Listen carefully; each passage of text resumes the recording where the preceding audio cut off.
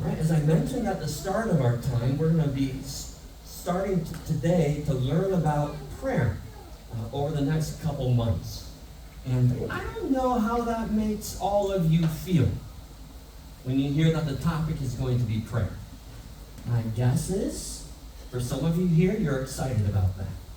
Because you already know about prayer, you love to pray, and you want to be encouraged to do it more. And you're like, yeah, let's do it. Let's learn more, let's do it. My guess is for some of you here, who maybe those of you who have been in the church or been Christians for a long time, you think, you're kind of bored by that, right? I've already learned everything there is to know. What new could there be? I'm guessing others of you might be a little bit curious about the topic of prayer, right? You don't know that much about it. Maybe you're new to this whole process of prayer and thinking, I could learn a little bit more. I wonder what it's really all about. I'm guessing that there's some who hear the topic of prayer and feel a little bit guilty. You're thinking, yeah, I know, I should be praying more. Yes, I've heard that before, and I just can't get it. And so you feel, oh man, I'm going to get beat up again about the topic of prayer, about how I should be praying more. Right? All of those feelings and whatever other ones you might feel, they're all very legitimate, very understandable, and God hears you and says, yeah, I get it. And He's going to meet you right where you're at. Okay? It's okay. So bring whatever emotion, whatever feeling you have right there, and let's deal with that and let God have that. I think it's important to start with just a basic introduction of what prayer is all about, what we're going to be talking about, because there's some misunderstandings about what it really is. And I want us to just, at the most basic level, understand that prayer is simply two-way communication with God. It's both listening to Him and learning how to hear His voice in the different ways that He speaks, but it's also speaking to Him. Maybe with words out loud, maybe with your mind and with your heart. It's any good relationship, every good relationship takes this kind of communication, takes good communication back and forth. Right? So prayer is more about, I should say, less about what we're saying and speaking, and more about building this relationship with God. Because communication is so key to a relationship. In fact, studies show when they interview people who have experienced divorce in their lives and ask them, what broke your relationship apart? It almost always comes down to three things. Usually marriages fall apart because of money, financial issues that get between them, sexual issues that they can't figure out, and the third one is communication, they say. We just couldn't communicate together. And I would say that of those three, communication is the key, is the most important, because you can figure out the other two if you can communicate well, right? To give someone your undivided attention, right? Not just listening with your ears, but listening with your heart and with your mind. And then to speak back to them what you really feel, what you really think. What an amazing gift that is, to truly be able to share your needs, your desires, your wants, and to truly be heard.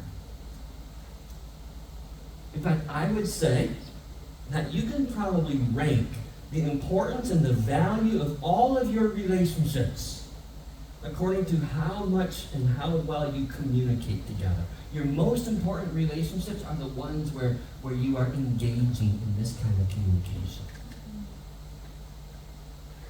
So think about that for your own life. Who would be at the top, right? Who do you best share your heart with? Who do you listen well with? Is it your spouse if you're married? Do you have a really good friend that you can share life together with? Maybe it's your mother who you still call every day.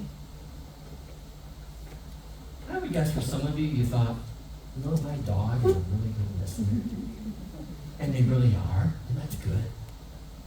They aren't very good at talking back, but they're really good at that listening part, right? Where would God fall on that ranking? If some of us who are Jesus followers believe that the number one relationship in our life should be our relationship with God and His Son Jesus, right? That should be top. Does your communication level with Him, your heart sharing and your listening, rank Him up near the top? I hope in the next few weeks, as we look at the topic of prayer, communication, building this relationship with God, I hope that these weeks will both encourage and empower us all to improve that communication with God, to improve that relationship with Him.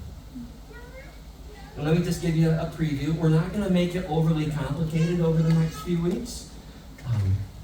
We're going to try and simplify the whole process of communication and relationship building.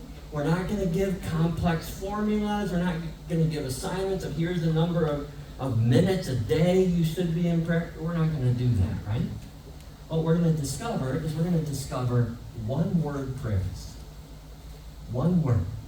I'm going to give you a word each week as your prayer. And you're going to live with that word and speak that word to God and hear what He might have to say. Okay? We're going to give you just one word to take into the week. And it's not intended to make you feel guilty, right? Some of us might feel guilty a little bit, right? And the temptation is going to be to compare to others. They're praying much more than I am, and their prayer life is better than mine. If you're going to compare, whatever in life, if you're going to compare to others, you're always going to feel bad. Because there's always people better than you. There's always people better than me. Let's not do that. Let's just each hear it as an invitation to you from God to say, what's your next step? We don't need to become super duper, professionals at that. But what's your next step in the process of growth? I hope you'll just hear that each week. All right. This morning, to start, we're going to look at a story that Jesus told. If you want to follow along in your Bibles as we read it, or on your phones, we're going to look at Luke chapter 18. It's a story that Jesus tells to introduce His disciples, to introduce us to prayer. And it's one that is interesting and confusing at the same time. It's one that's so often misunderstood. Because it's a parable of opposites and of contrasts. And Jesus wants us to kind of flip the story on its head. And if we don't know how to do that, then we misunderstand it. Okay, let's listen to His story. Luke chapter 18, verses 1 through 8. Here's what Jesus says. It says, "Then Jesus told His disciples a parable to show them that they should always pray and not give up. He said this, 'In a certain town there was a judge who neither feared God nor cared what people thought. And there was a widow in that town who kept coming to him with a plea, "Grant me justice against my adversary." For some time he refused. But finally he said to himself, "Even though I do not fear God or care what people think, yet because this widow keeps bothering me, I will see that she gets justice, so that she won't eventually come and attack me." And the Lord said, "Listen to what the unjust judge says. And will not God bring about justice for His chosen ones who cry out to Him day and night? Will He keep putting them off? I tell you, He will see that they get justice, and quickly. However, when the Son of Man comes, will He find faith on the earth?" It's such an odd story on the topic of prayer. And if you don't recognize the opposites that Jesus wants us to see, then it doesn't make any sense. Right, so let's look at these opposites that Jesus lays out for us here. Right? First, before the story even starts, we're given the opposite choices that we get to make when it comes to prayer. We can choose one of these two things, the story says. We can choose either to pray, or we can choose to give up. Hey, think about that. In the face of whatever life challenges you have, or in the face of whatever life blessings and joys that you have, those are your choices. You may pray, you may talk to God, you may be in relationship with God about them, or you can just give up. Now, when I read that this week, I thought, well, that seems a little bit extreme, doesn't it? Pray or give up? And yet, as I thought about it, yes, it may seem extreme, but it is so true, isn't it, when you think about it? Because when we choose not to pray, understanding prayer as being in this relationship with God, right? A loving relationship with God, a personal relationship with God. When we choose not to pray, then we're choosing to let that relationship fade, disappear, deteriorate, maybe even die. And if we truly believe that God is our creator, our life giver, our savior, the one who gives us life for today and for eternity, if we believe what we just sang, or that we're going to sing, that he's a good, good father, and that we're his child, and there's a place for us in his house, if we believe that about God, and we choose not to be in relationship with him, then we're choosing to give up on life, right? Because we can't have a full life here on this earth, and we certainly cannot have a full life for eternity without that relationship with God. That prayer develops. That good communication grows. Pray or give up. Now, I'm guessing that all of us, without too much effort, can think of somebody who's not a Jesus follower, who seems to have life all put together, who's living the good life, right? Someone who couldn't care less about God and is doing just fine. Right? They seem happy, healthy, maybe even wealthy, and if we're honest with ourselves, there's times we're a little bit envious of them, a little bit jealous of them. But let's remember the truth that we know from God himself, right? The truth is, the things of this earth, the things of this world that will fade, that will disappear, mean so little compared to the things of God. Hey, don't forget to live with an eternal perspective. The truth is that ultimately, at the end of life, every single one of us will leave everything behind. It doesn't matter how much money you have, how much prestige you have, how much power you have. You're going to leave all that behind. You're going to leave your health behind. You're going to leave your money behind. You're going to leave your possessions behind. You're going to leave it all behind. Everybody does. And then you're going to begin to live eternity. There's an eternity waiting for everyone. And you're either going to live that eternity with the blessings of God in his presence, or you're going to live it apart from God and apart from all those blessings. And when you think about eternity, the blessings that you have or the blessings you don't have forever, boy, then the things of this world that we think are so valuable look pretty pitiful, don't they? Pretty pathetic. And also, I'm not so jealous anymore. Right? So, Jesus is telling us, right? Pray. Build up your relationship with God. Right? Or your other option is just to give up and to walk away from that relationship with God. Your other option is to choose to spend eternity with God. There's your first opposites. So choices, that's up to us. So with those choices clear, Jesus goes on to tell this story to illustrate the value in the process of building this relationship with God. And he introduces us to two opposite characters. Right? The first opposite we get to see is in one corner is this judge. This judge who we're told neither fears God or cares about other people. Think about this guy. He's in a position of power. He's got authority. He can do what he wants, and he does everything simply for himself. He doesn't care about God. He doesn't care about anybody else. He's heartless, and he's selfish, and he's in the perfect position to take advantage of other people. He's got all the power, uses it for himself. He's willing to sell justice to the highest bidder. He doesn't care what the law says. He cares what you're willing to pay. If you pay well, he'll settle for you. So he's one of those people we just talked about. He's able to live a rich, happy life by taking advantage of the weak and the powerless.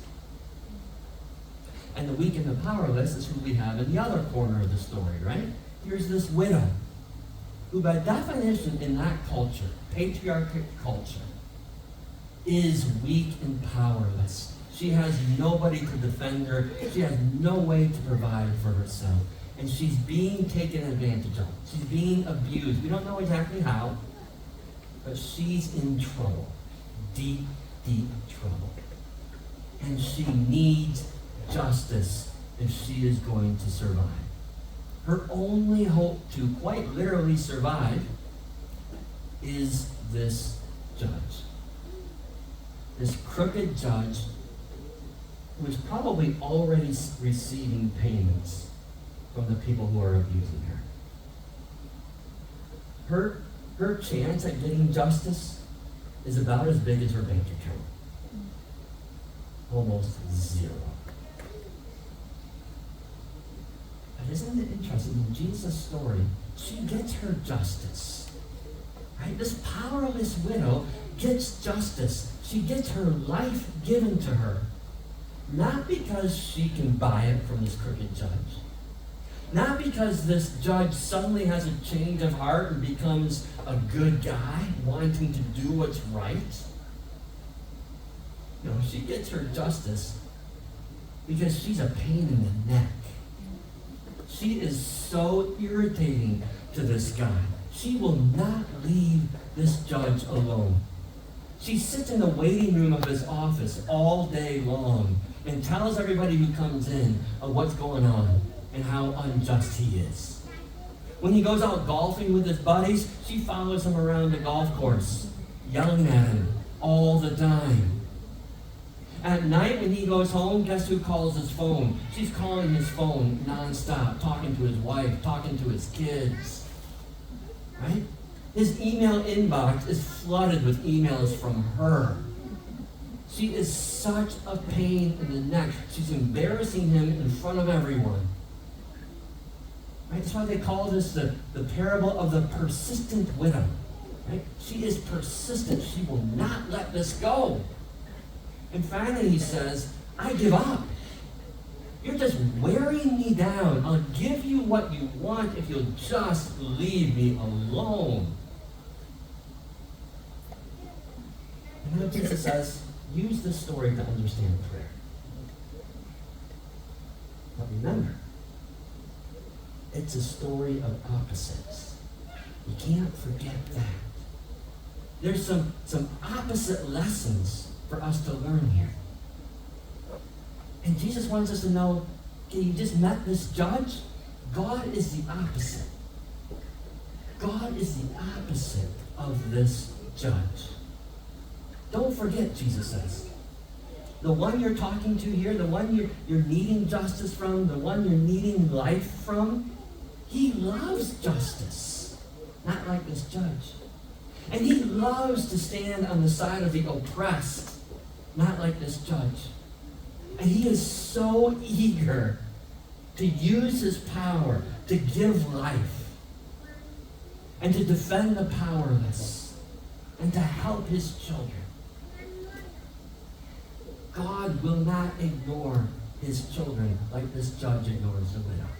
He's responsive and he's eager to answer, Jesus says. And that means if God is not like that judge, then we don't have to be like that widow, right? I mean, we are like her in that we are powerless and we are in desperate need of help. We're lost on our own. But we don't need to be persistent and irritating to God like she was persistent and irritating to that judge.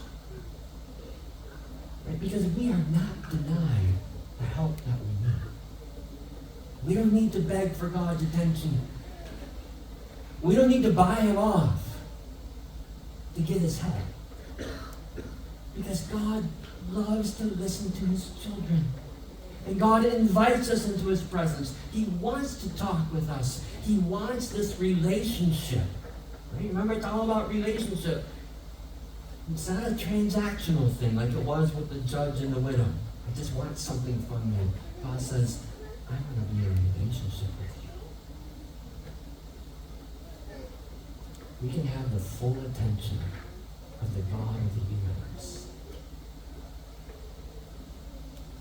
And too often we read this story and we think, okay, God's like the judge and we are like the widow. And because if God is like that judge, then we need to be persistent too.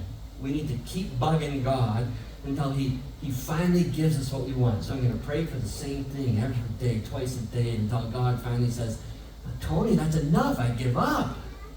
I'll give you what you want. Just leave me alone. Right? The truth is, Jesus said exactly the opposite. It's exactly the opposite. God is the one who is persistent. Really, this parable should be the parable called the parable of the persistent God. Right? Because God is the one who's coming to you and to me again and again and again. He is the persistent one. As I'm walking away, he keeps coming to me, to you. Because he wants this relationship with you. He's never too busy for you.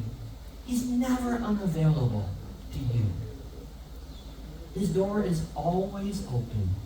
His ear is always ready to listen. We have a God who's not like this judge. We have a God who is committed to this relationship with you. He's the persistent one who refuses to give up. And you and I, we are the stubborn ones. We're the ones who keep closing the door. We close the door of our hearts. We close the door of our lives. We close the door to God far too often. So, if we read this story wrongly, we think we need to be the one pounding on God's door, right? Keep pounding on God's door and get his attention.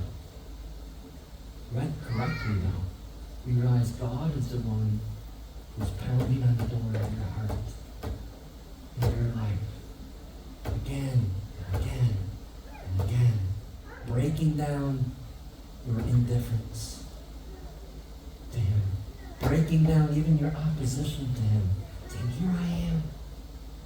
here I am for you. And Jesus himself says in Revelation chapter 3, he says, here I am, I stand at the door and knock. It's the door of your heart and life. He said, I'm at the door knocking, and I'm going to keep knocking. He said, I want you to hear my voice. I want this relationship so bad that I'm not going to give up. With this story, Jesus makes it so clear to us that God the Father will answer his children when they open up their hearts and their lives to a relationship with him. The answer might not always be exactly what you're asking for. And he doesn't promise to give you whatever you list. We'll learn more about that. But he's there for the relationship. He's there to answer. He's committed to making this relationship with you grow and be beautiful now and for eternity. I mean, if you want to see how committed he is to that relationship, look at the cross. where Jesus, his own son, died for you. Look at the empty tomb where God the Father used his power to raise the Son to life again so that you could be forgiven, so that you could be set free. Look at Jesus sitting on the throne of heaven and eternity right now, so eager to welcome you into his presence. That's what he wants more than anything else. To be in a loving relationship with you and to welcome you home. So in the end, we find ourselves standing in the shoes of the opposite character than what we anticipated. Right? There's God acting like the widow. God's acting like the widow, being persistent, being faithful, always knocking on the door. And honestly, for myself, I'm too often like the judge. I'm stubborn. I'm selfish. I'm ignoring. And when Jesus ends the story, he cuts the last line. He ends by saying, when the Son of Man comes, will he find faith on the earth?